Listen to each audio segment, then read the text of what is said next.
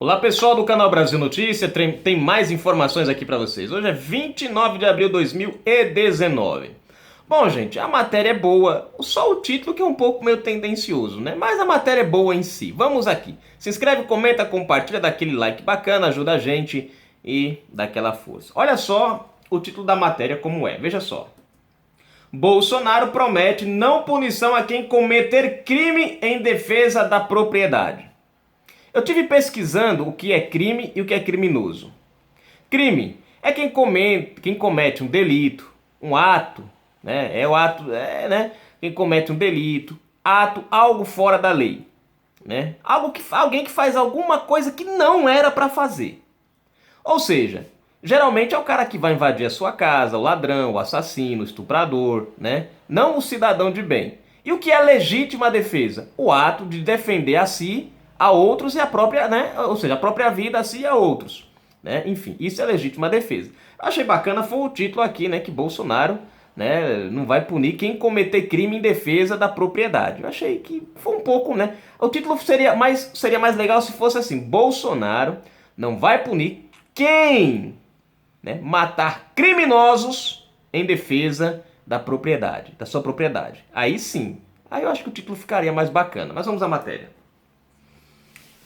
Deixa eu ver. Aqui. Vamos lá. Mouse ajuda.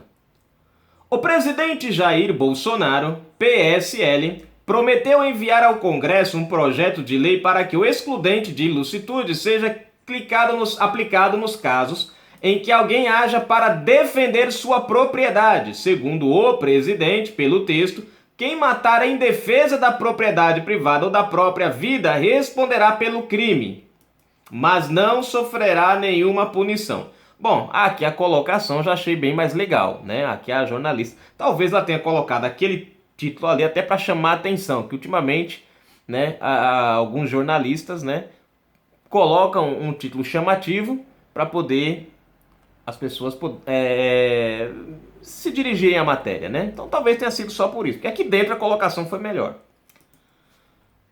A declaração foi dada hoje de manhã em Ribeirão Preto, São Paulo, onde Bolsonaro participou da abertura da AgriSol, maior feira de tecnologia para o agronegócio da América Latina. Ele classificou a propriedade privada como sagrada.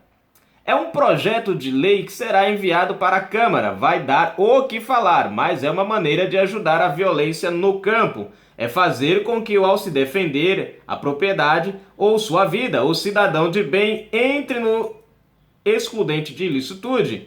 Ou seja, ele responde, mas não tem punição, disse.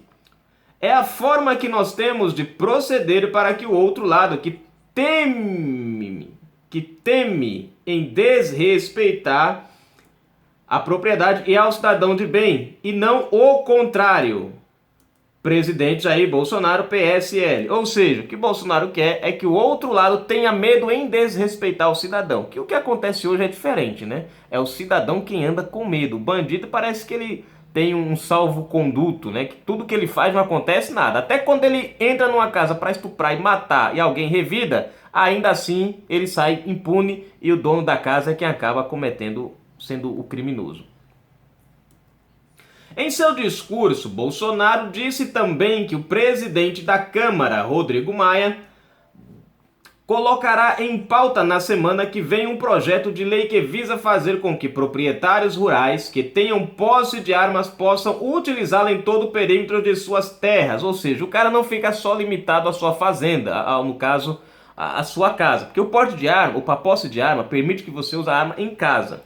No caso do produtor rural, do agricultor ou do fazendeiro, Bolsonaro quer que o cara possa andar por dentro da propriedade. Aonde for propriedade dele ali, onde a terra for dele, ele possa andar armado, né, para proteger o que é seu. Bolsonaro e Maia se encontraram 2 vezes neste fim de semana.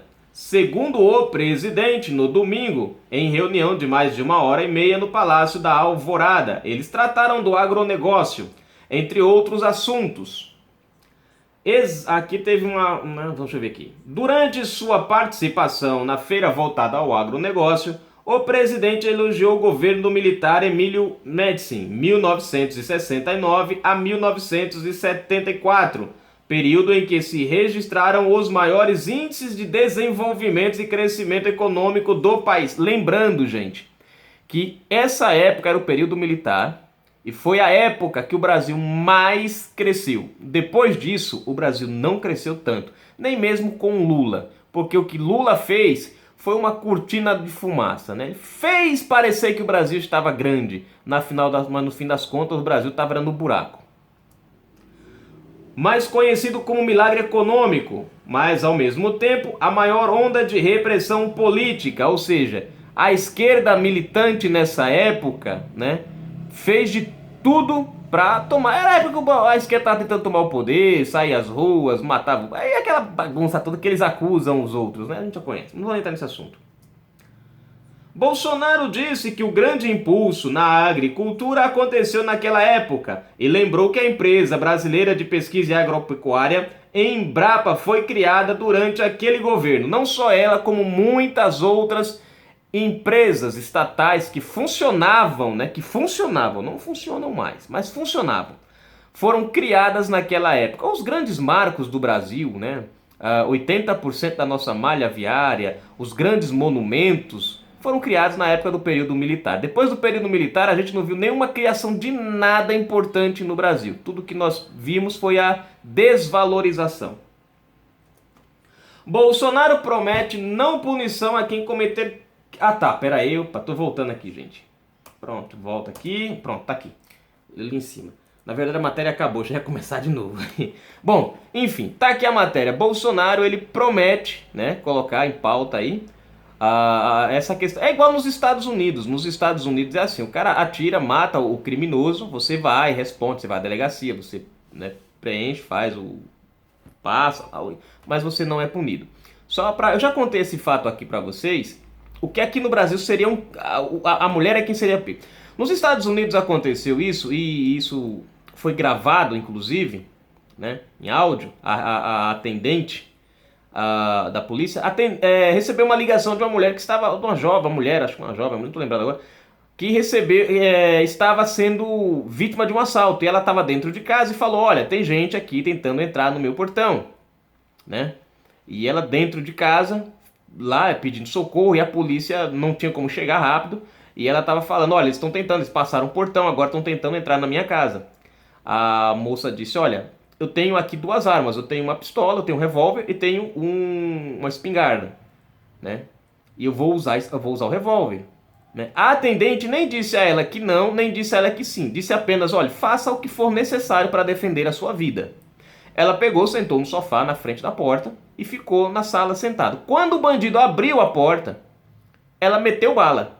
Resultado, o bandido morreu, o outro foi ferido, mas correu, fugiu. A polícia conseguiu capturar esse segundo bandido que fugiu. Sabe o que aconteceu nos Estados Unidos? Presta atenção, ela simplesmente foi lá e preencheu, fez né, enfim, procedimento normal, foi à delegacia, fez o tal, e enfim, o processo corre, ela ficou livre. Resultado, o bandido que sobreviveu, ele além de ser atuado em flagrante por assalto, também foi atuado em flagrante por assassinato. Aí você vai me perguntar: pra Igor, mas o cara não foi o cara que atirou na mulher, no amigo, foi a mulher que atirou no cara. Pois é, nos Estados Unidos, se dois comparsas entram para assaltar, um morre, o outro é responsável pela morte dele. Para vocês verem como a lei nos Estados Unidos é diferente aqui do Brasil. Se fosse aqui no Brasil, aquela mulher tinha duas escolhas: ou matar o cara e ir pra cadeia, certo? Ou simplesmente deixar o cara fazer o que eles quisessem com ela e levar o que ela tinha. E no fim das contas, o bandido ainda teria o apoio do PSOL e dos direitos humanos, para dizer que eles eram coitadinhos, bichinhos. Ai, meu pai, minha vida! Mais ou menos assim, sabe? E Bolsonaro, ele quer fazer justamente isso aqui no Brasil. Dar ao cidadão de bem o direito de se defender. O produtor rural, o direito de defender o seu patrimônio, né? Por isso que o MST sossegou o facho. Eles estão com medo, né? E precisam ter medo mesmo. O bandido precisa ter medo do cidadão de bem. Nós é quem temos que ter o direito à defesa. Ah, mas é obrigação do Estado. Pois é, era para ser obrigação do Estado, mas o PT infelizmente desaparelhou a polícia militar, desaparelhou a polícia civil, deu um péssimo salário, a manutenção das viaturas são péssimas, as armas que a polícia, que o próprio governo, né, limitou a polícia a usar, são armas de baixo calibre, né? Agora que as coisas estão mudando um pouquinho. Mas o bandido tem armas israelenses, enquanto o coitado do policial um 38, uma .40, né? O bandido vem com uma 380, o coitado do policial vai fazer o quê?